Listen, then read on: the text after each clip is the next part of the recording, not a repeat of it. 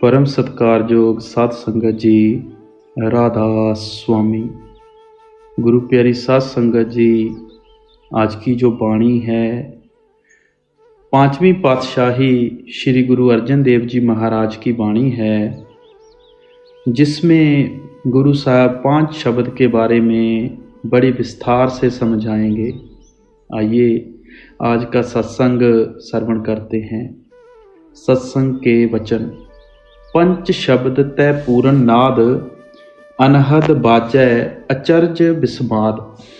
गुरु अर्जन साहब कहते हैं कि तेरे अंदर 5 शब्द बज रहे हैं, करोड़ों लजते हैं, मीठी राग रागनियां हो रही हैं, जिसको आप नाम या गुरबाणी कहते हो, ऋषि मुनि उद्गीत कहते हैं, मुसलमान कलमा या कलामे इलाही कहते हैं, जो हर एक आदमी के अंदर है।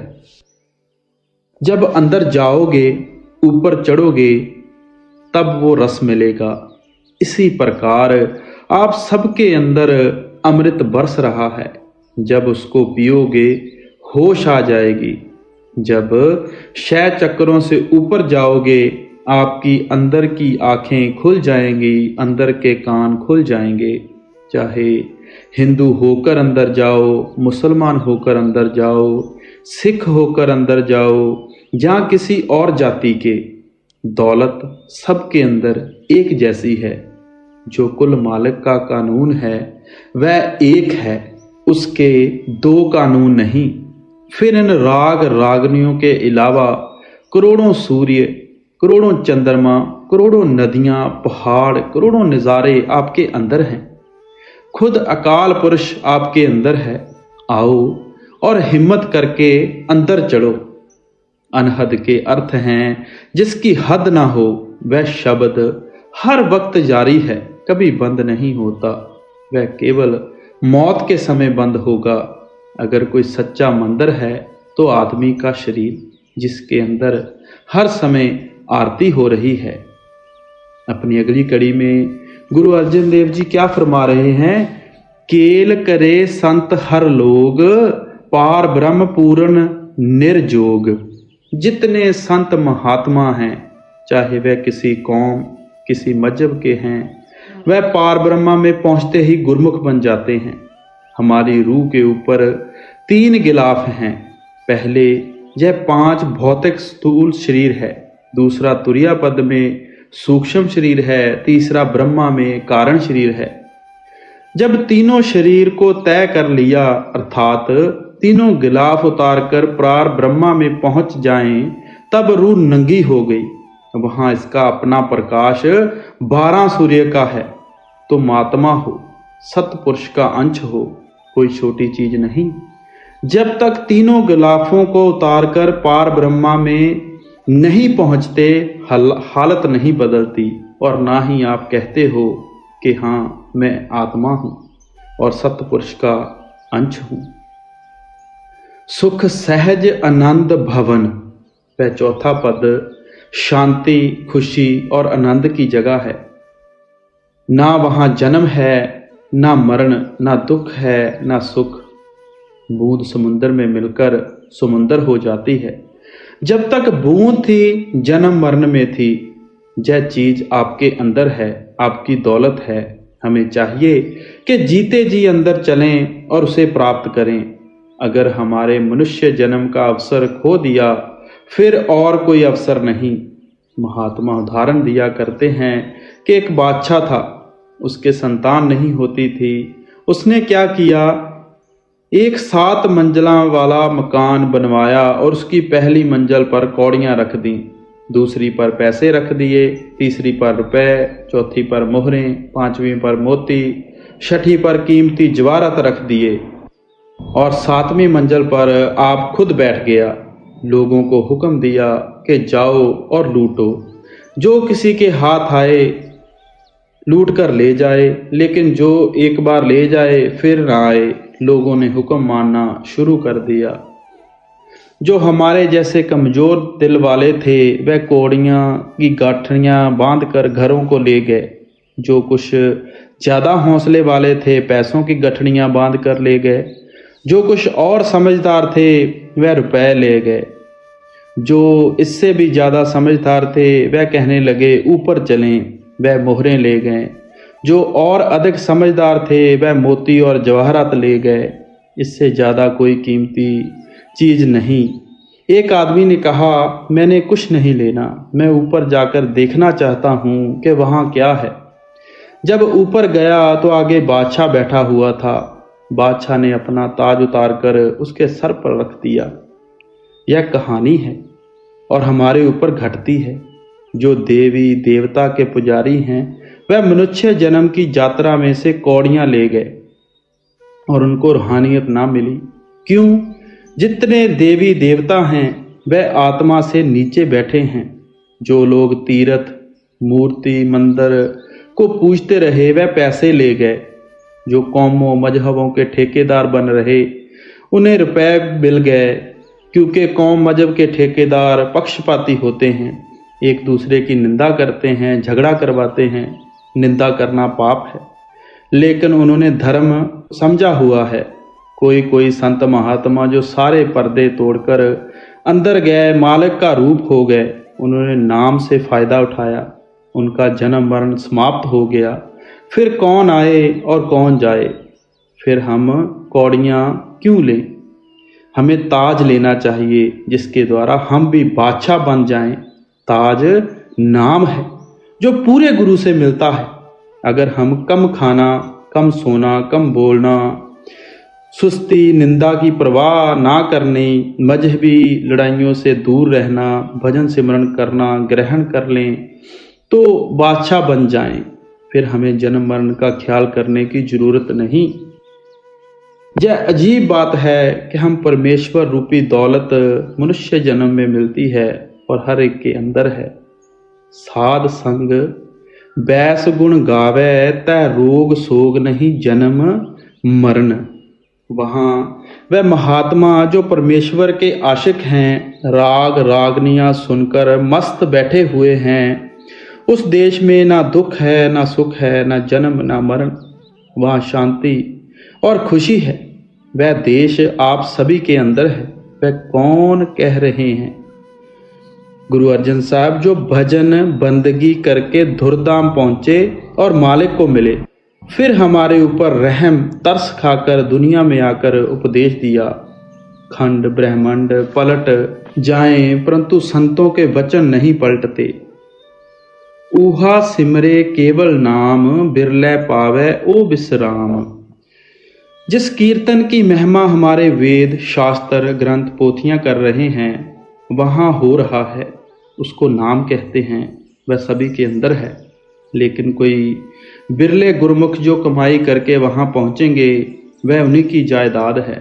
अगर किसी के घर करोड़ों रुपया दबा हुआ पड़ा है वह ना निकाले तो वह कंगाल रहा, उसने उस दौलत से तनिक भी फायदा ना उठाया। इसी प्रकार कुल मालिक नाम और अमृत हमारे अंदर है। हम सभी को चाहिए कि अंदर जाएं और अपनी दौलत को संभालें। जो वहाँ पहुँच गए वे किस्मत वाले हैं। भोजन भाव कीर्तन आधार निश्चल आसन बेशुमार। अब शिष्य गुरु अर्जन साहब से प्रश्न करते हैं कि उस देश में लोग क्या खाते हैं, वहाँ कैसा भोजन है। अब गुरु साहब उत्तर देते हैं कि इश्क और प्रेम वहाँ प्यार और मोहब्बत का भोजन है। फिर सवाल आता है, फिर वह किसके सहारे जीते हैं? उनको किस चीज़ का आधार है? उनको नाम का, इसमें आजम का, गुरबाणी का, कलाम इलाही का आधार है। वह ऊंचे से ऊंचा देश है, वह अटल पद है, अटल आसन है। आपकी दौलत है, आपके लिए है, आपकी चीज है। परमात्मा ने यह खजाना हर एक के लिए उसके अंदर रखा हुआ है। महात्मा उदाहरण दिया करते हैं कि कोई गरीब दुकानदार था, उसका गुजारा नहीं होता था। इत्तेफाक से कोई महात्मा उसके पास चले गए। उस दुकानदार ने प्रेम से उनकी सेवा की। जब महात्मा प्रसन्न हो गए तो विनती की कि मैं गरीब हूँ, मेरा गुजारा नहीं चलता, मेरे पर कृपा करो। महात्मा मेहरबान हो गए और कहने लगे कि मेरे पास पारस है, मैं तुम्हें 3 महीने के लिए देता हूँ, इतने समय में जितनी इच्छा हो सोना बना लेना। महात्मा तो कृपा करके चले गए, लेकिन जीव के भाग्य उसके साथ ही रहते हैं। लाला साहब बाजार गए और पूछा कि लोहे का क्या भाव है। दुकानदार ने कहा पहले तो 5 रुपए मन था, लेकिन अब 9 रुपए मन है। कहता है मुझे घाटे वाला सौदा नहीं लेना। मूर्ख को इतना पता नहीं कि 1 मन सोने का कितना रुपया बनता है। कहता है जब 5 रुपए मन होगा तब खरीदूंगा। घर वापस आ गया। दूसरे महीने फिर बाजार गया, पूछा लोहे का क्या भाव है। दुकानदार ने कहा लाला जी अब तो 18 रुपए मन है। कहता है जब 5 रुपए मन होगा तब खरीदूंगा। तीसरे महीने फिर बाजार गया, लोहे का भाव आगे से भी बढ़ चुका था, खाली लौट आया।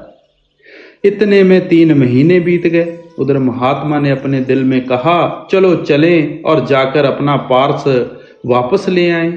उसने तो शायद बड़े बड़े शानदार मकान बना लिए होंगे, लेकिन जब आकर देखा हैरान रह गए। वह टूटी हुई दुकान और वही पुराना मकान। महात्मा अपना पार्स लेकर चला गया। यह मिसाल हम पर घटती है। पार्स मनुष्य जन्म है, महात्मा कुल मालिक है, जिसने कृपा करके हमें मनुष्य जन्म दिया है। हमारे अंदर कुल मालिक अकाल पुरुष है। अगर हम मनुष्य जन्म में अंदर ना जाएं तो हमारे जैसा बुरे भाग्य वाला कौन है? कोई नहीं। क्या कुत्ता, बिल्ला, गाय, भैंस भजन कर सकते हैं? हरगिज नहीं। भजन केवल मनुष्य जन्म में ही हो सकता है। इसलिए हमें चाहिए कि मनुष्य भी ना रहें, परमात्मा का भजन सिमरन करके परमात्मा का रूप हो जाएं। डिग ना डोले कतो न धावे, गुर प्रसाद को ऐ महल पावे। अब जो कोई भाग्यवान पर्दा खोलकर अंदर चढ़ जाए तो वह ना मरता है, ना जन्म लेता है, ना आता है, ना जाता है। वह परमात्मा का रूप हो जाता है। लेकिन यह दौलत किसकी कृपा से मिलती है? सतगुरु की। गुरु साहब कहते हैं अखंड कीर्तन तिन भोजन चूरा, कहो नानक जिस सतगुरु पूरा। मतलब यह है कि गुरु के बिना नाम नहीं मिलता और नाम के बिना मुक्ति नहीं होती। अगर अंदर चढ़ जाओ तो यह दौलत आपकी है, आपकी ही जायदाद है। भ्रम भय मोह ना माया जाल, सुन्न समाद प्रभु कृपाल। अब गुरु साहब कहते हैं कि वहां ना कोई भ्रम है, ना किसी का डर है, ना माया है, ना ही जन्म मरण है।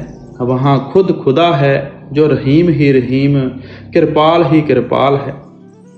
ताका अंत ना पारावार, आपे गुप्त आपे पसार। परमात्मा बेअंत है। वहां उसका राज, उसका खेल है। वह हर एक इंसान के अंदर गुप्त होकर बैठा हुआ है, लेकिन जिन्होंने कमाई की ऊपर चढ़े उनके अंदर प्रकट है, बल्कि उनके साथ साथ रहता है।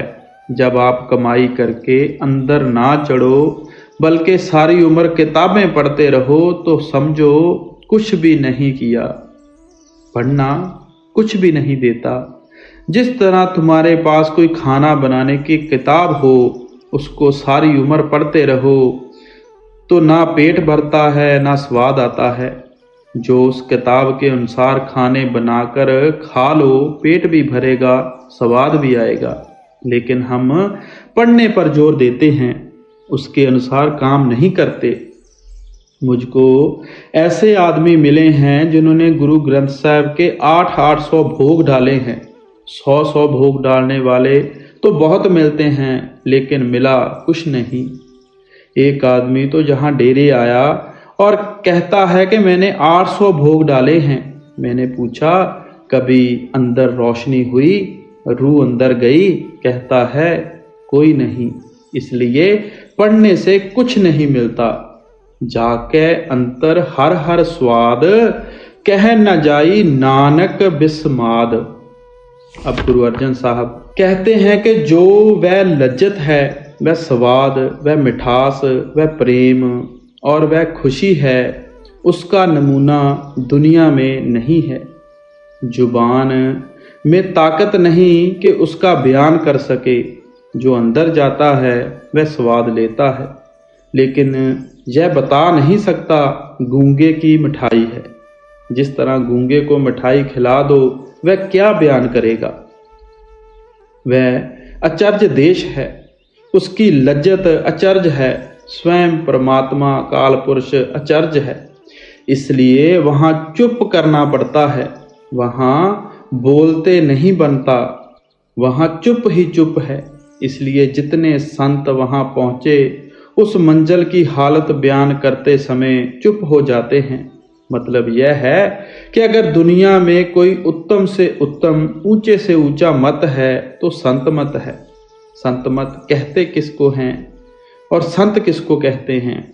चाहे कोई हिंदू हो या मुसलमान, सिख हो या ईसाई या कोई और जाति का, जो कमाई करके सचखंड पहुंच गया उसको संत कहते हैं।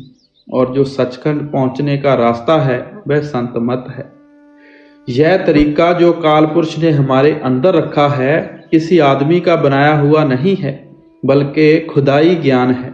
यह ज्ञान जुग जुग तक रहेगा। करोड़ों जातियां बनी और बनेंगी, लेकिन जो 5 शब्द का मार्ग है वह एक ही है और हर एक के अंदर है। मैं अफसोस के साथ कहता हूँ कि हमने गुरु साहब के उपदेश को कभी पूरी तरह समझा ही नहीं। 5 शब्द का रास्ता केवल हिंदुओं का ही नहीं है लेकिन जो मुसलमान धुरधाम मुकामे हक तक पहुँचे हैं उनका रास्ता भी 5 शब्द का है। जितने भक्त और महात्मा हुए हैं, क्या हिंदू क्या मुसलमान, जिनकी वाणी गुरु अर्जन साहब ने गुरु ग्रंथ साहब में लिखी है, सबका 5 शब्द का रास्ता है। क्या उन्होंने शाह हुसैन और कहना की वाणी लिखने से इनकार नहीं कर दिया कि नहीं लिखनी? शम्स तबरेज, मौलाना रूम तथा कामिल फकीरों का 5 शब्दों का रास्ता है। मौलाना रूम कहते हैं, बह फतम फलक नौबत पंच याबी, यूं खेमा चश चहत बर कहंद बाशी।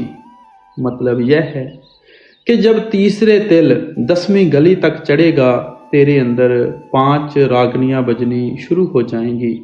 आ बादशाह अजम दर बस्त बूद मुहकम।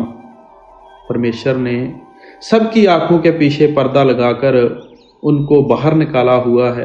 अब प्रश्न उठता है कि वह पर्दा या दरवाजा खुलता किस तरह से है? तो कहते हैं, कुशीद दलिक आदम याने के बरदर आमद। फिर वह परमेश्वर आप ही मनुष्य रूप धारण करके कामल सतगुरु, पूरा गुरु बनकर आता है और दरवाजा खोलता है। क्या मंत्र देता है, क्या हदायत और जुक्ति देता है कि दोनों आंखों तक 6 चक्र हैं, इनके ऊपर 7वें आसमान पर चलो। इसी तरह और महात्मा कहते हैं, गुरु ग्रंथ साहब जगह जगह शब्द ही शब्द पुकार रहा है। हमने कभी सोचा है कि शब्द क्या है? कभी नहीं। हम पढ़ने को ही शब्द कहते हैं। इसमें शक नहीं कि यह भी शब्द है, लेकिन यह अंदर का धुनात्मक शब्द नहीं, वह आँखों से ऊपर है। हाँ, यह उस शब्द से मिलाने का जरिया और साधन है। अब सारा हाल बिताकर फिर कहते हैं, ऊपर खासे महल दे बांगा दे खुदाए, सुत्ते बांग ना सुन सकन रेहा खुदा जगाए। चाहे कोई हिंदू हो, मुसलमान हो या किसी और कौम या मजहब का, हर एक आदमी के अंदर गुरबाणी हो रही है, जिसको आप नाम या बांगे समानी भी कहते हैं। क्योंकि हम सो रहे हैं, जागते नहीं, इसलिए हम उसको सुन नहीं सकते और परमेश्वर नहीं मिलता। गुरु नानक साहब फिर कहते हैं, सुत्ती पई निभाग सब सुने ना बांगा कोई। कि बांग तो सबके अंदर हो रही है, लेकिन सारी दुनिया खोटे मंदे भाग्य वाली है, सो रही है। अब सवाल पैदा हुआ कि कौन सुनता है? तो कहते हैं, जो जागे सोई लहे साईं संति सोए, कि जिसको पूरा सतगुरु मिल गया उनकी आंखें भी जाग उठी, कान भी जाग उठे, जुबान भी जाग उठी, इंद्रियां भी जाग उठी और मन भी जाग उठा। उसने अंदर पर्दा खोलकर नाम की लज्जत ले ली। क्या हिंदू, क्या मुसलमान, क्या सिख, क्या ईसाई और क्या और मजहब के सबकी दौलत लुटी जा रही है। कुल आलम अंधा आया और अंधा चला गया। अब यह हिंदू मुसलमानों की लड़ाई, मजहबों की लड़ाइयाँ तथा और दूसरे अत्याचार क्यों हो रहे हैं? क्योंकि माया के पदार्थ, शराबों, कबाबों की लज्जत, ऐशो इशरत, हाट हवेली और अन्य दुनिया के सामानों में मन भूल गया और परमेश्वर की ओर से सो गया। अब कहते हैं कबीर साहब, कह कबीर तब ही नर जागे, जम का डंड मूंड मह लागे। जब मौत आई और जमदूदों ने कहा उठ भाई, तब जागा। भाव यह है कि दुनिया सोती आई और सोती चली गई। अब सवाल पैदा हुआ कि पूरी पूंजी क्या है? तो गुरु साहब जवाब देते हैं कि हम व्यापारी हैं और व्यापार करने आए हैं। किसी को 100 साल, किसी को 60 साल, किसी को 50 साल, किसी को 40 साल, किसी को 20 साल उम्र की पूंजी मिली है, जिसके साथ हमने सौदा करना था, अर्थात अंदर पर्दा खोलकर नाम की लज्जत लेकर अमृत पीकर जन्म मरण खत्म करना था, अपनी रूह को परमात्मा के साथ मिलाना था। लेकिन हमें लाभ तो क्या उठाना था, अपनी पूंजी ही गंवा बैठे। जिस व्यापारी की पूंजी नाश हो जाए उससे ज्यादा घाटे वाला कौन है? वह हम बैठे हैं। हमारे में से कोई 10 साल की पूंजी लेकर आया है, कोई 20, कोई कितनी, मगर हमारी पूंजी बर्बाद हो गई। हमने फायदा तो क्या उठाना था, घाटे में रह गए। सोते हुए आए, सोते हुए चले गए। मगर अब सवाल पैदा हुआ कि वह लूटने वाले कौन हैं? तो आप फरमाते हैं, सगल सहेली अपने रसमाती, ग्रह अपने की खबर ना जाती। अब कहते हैं कि माँ बाप, बेटे बेटियां और जितने रिश्तेदार अर्थात मनुष्य हैं वह रूह की दृष्टि से सहेलियां हैं। अकाल पुरुष सबका पति है। अगर यह अकाल पुरुष से मिल जाए तो सुहागन हो जाए। यहाँ कौमों, मजहबों और देश का सवाल पैदा नहीं होता, लेकिन यह सो रही है, अर्थात अपने आप से बेखबर है। इसकी पूंजी लुटी जा रही है।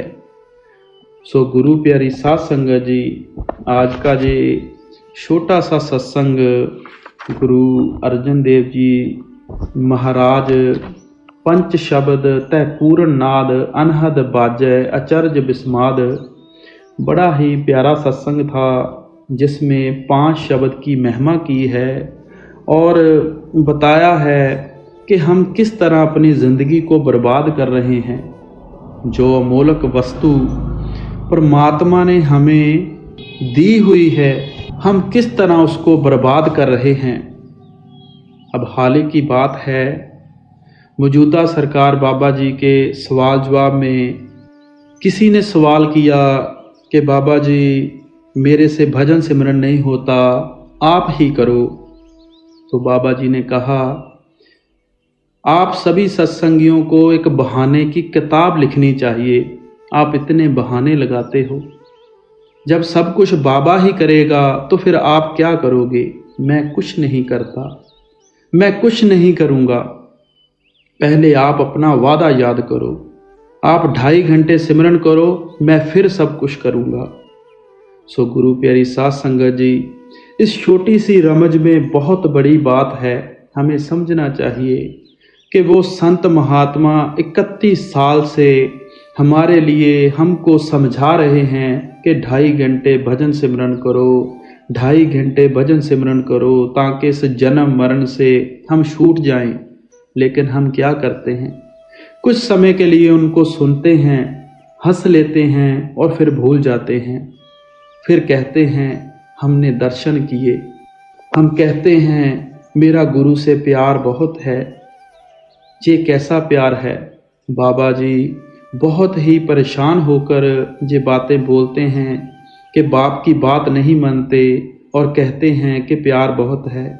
सो गुरु प्यारी साध संगत जी, हमें ये चाहिए कि गुरु से प्यार करना है तो उसकी बात माने, 2.5 घंटे का टाइम जरूर भजन सिमरन को दें, उस अंदर की लज्जत को पहचाने ताकि हम सच्चे दर्शन कर सकें, उस खुदा, उस रब, अपने मौजूदा सरकार बाबा जी को देख सकें।